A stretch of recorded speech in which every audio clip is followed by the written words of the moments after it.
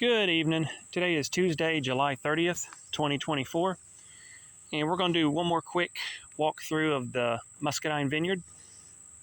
This is probably the last one I'm going to do this year, except for doing a few taste tests when they start ripening, just because this is probably the last time that fruit is going to be on all of my vines. Some of them are starting to ripen and come off, so at this point in time, I'm going to have things starting to ripen. So let's take a look. This is Polk. Polk's doing real well. Polk's got a real nice crop on it. They're looking good and they are getting big. They are getting big.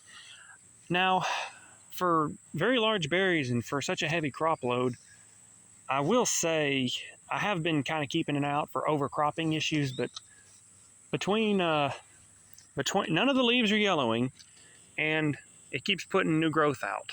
So I don't think we're overcropping. I do think it has a fair crop on it. As you can see, some of these berries, some of these Polk berries, next to a quarter, some of these guys are pretty big. So I'll show you that.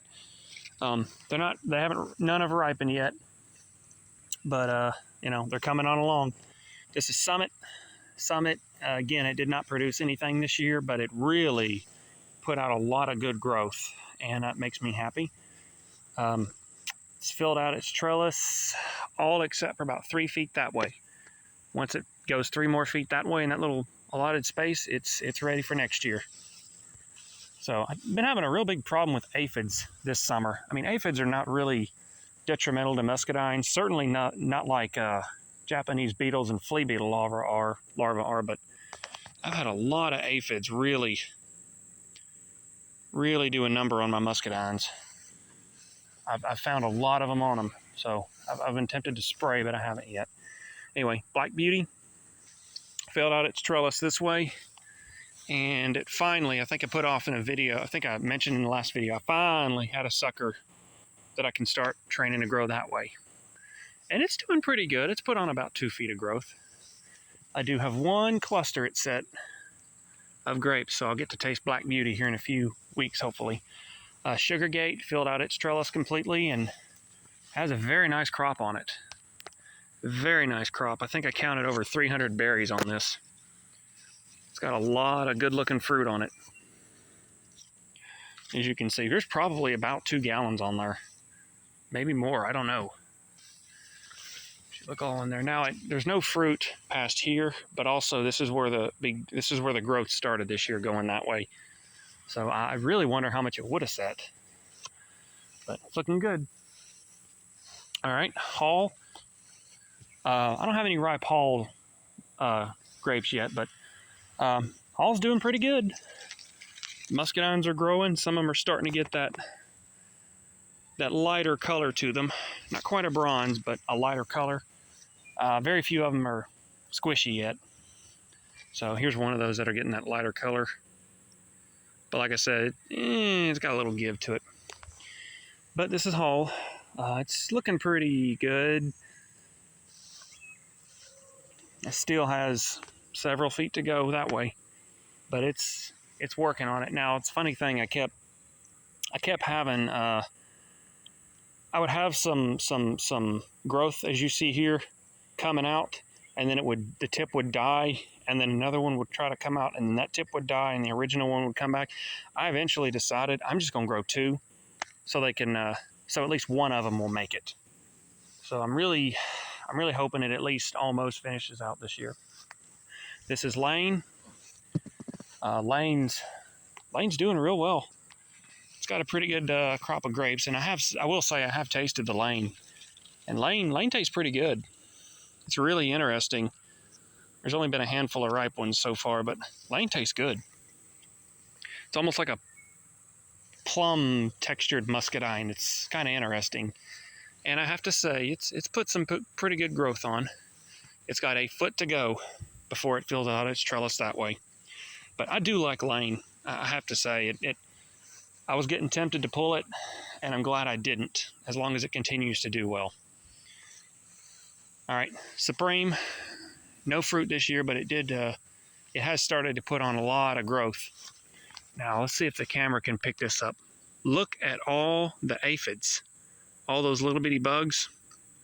See them? I've been taking them off, kind of wiping them off with my finger and then spraying the plant down. But yeah, they're pretty. There's a lot of them all over the place this summer. There's some on there too. So again, they're not going to hurt your plants, but they're quite an annoyance. So I'm fixing to take some more off. Anyway, Supreme is doing pretty well. This is Noble. I got some growth here at the base. You want to keep your trunks clean once they hit that second year. And it's just about filled out its trellis. And like I said, I let it set a cluster or a couple clusters just for the heck of it. Okay, early fry made it to the top of the wire, and it's got a couple of new suckers. Move the little label, as you can see. It's got some new growth nodes. So hopefully it starts taking off down the wire soon. Probably, and it won't fill out the trellis, but if I can at least get it started, we'll be good. Dixieland, it's flirting with the top of the wire. And actually, I had two suckers, both come out about right here. I think I may just go ahead and run this one this way and this one that way. I think I may cheat a little bit. But Dixieland's doing pretty well. And there's a little rabbit. Little wild rabbit. I call him my friendly neighborhood rabbit. So far he hasn't bothered the grapes. Okay, Janet. Janet is, again, doing pretty well. It's continuing down the wire. It's about 2/3 of the way this way. It kind of stopped this way and hadn't put out a new sucker yet. So I think this one's really lost a lot of its vigor. But still looks good. This winter, I'm planning on digging up the root ball as best I can, keeping as much roots in the dirt as I can. I'm actually going to build this area up a little bit more with some really good soil, because this area is lower than I realized when I first put this in, and we don't want wet feet on muscadines. If you look at the earlier video this year, you can see where they were really sitting in water for a period of time, so we don't need that. This is Pam. I'm really having difficulty getting this up to the wire. It keeps wanting to do this where it bushes out. You see all these suckers. The main one will come out and it'll grow a foot, then the tip will die. It'll grow another foot and the tip will die. You can see the new ones coming on out. And this one is just really wanting to bush out way more than grow. So I'm a little disappointed in it, but you know, it's still doing. Southland, a little disappointed in the vine vigor. I think this one I may do the same thing too. Replant it in some much better soil. But it's got a fair little crop. No vigor. It's pretty, definitely, it lacks growth this year. So hopefully next year it'll do better. Ison's doing real well. You can see it's just doing real well. Halfway down the wire in this way, about 1/3 down the wire in this way. So looking forward to that. Darlene, no ripe fruit yet, but it's, you know, it's got a pretty good little mess of grapes on there. Probably about 1.5 gallons to 2 gallons. And they are getting quite big, I will say. So they are doing pretty well. I noticed the caliper of this plant has really thickened. So, but it's doing pretty well. Looking forward to getting to taste this one for the first time here in a few weeks. Majesty, I'm going to give it one more chance. Dig up the root ball and put some really good soil in there, like I'm going to do with Janet and Southland. And I'm going to give it one more year to impress me. And then it's getting pulled, because this is 3 years. That's all it's done. And I fertilized it like the rest of them. Ruby Crisp, same thing. It just doesn't want to grow very much, so I'm gonna do a lot. I think because it's so close to the hardwoods, the soil right here tends to be more dense and clay packed than a lot of this soil is. So I think that's part of my problem. So I think amending the soil will help. But I'm just about to get to taste my first Ruby Crisps. So it's looking good. Triumph. Triumph is just about filled out its trellis. Triumph, it's quite a vigorous vine. A lot of these are quite vigorous, but I have to say Triumph is putting the growth on. that's for sure. Or putting the growth on. Lots of nice grapes. All right, Carlos. There is some Muscadine wine coming in the future, I can tell you that. This is Carlos's 3rd year, and I think I got enough grapes on this to make a 3-gallon batch of some medium-bodied wine, or a 1-gallon batch of some really good tasting, high-class Muscadine wine. Probably about 3 or 4 gallons of berries on this plant. So I'm looking forward to that. I have not had Muscadine wine in years now. Good crop on it. Very good crop. Again, for as many berries as you see, there's very, very little yellowing of the leaves, so it's able to handle itself so far. All right, last and certainly not least, late fry.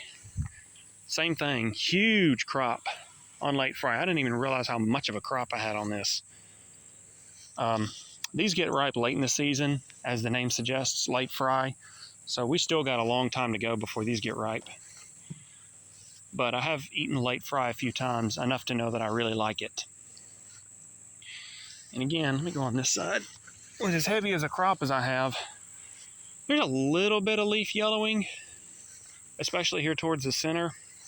But it's also actively putting out new growth in multiple places. So I don't think overcropping is an issue on this. I think it's just, not doing it's not as, some of the leaves are just getting older and tired. But anyway, that's the vineyard. Hopefully I'll be doing some individual taste tests. And here's some more aphids. You can see some more down here.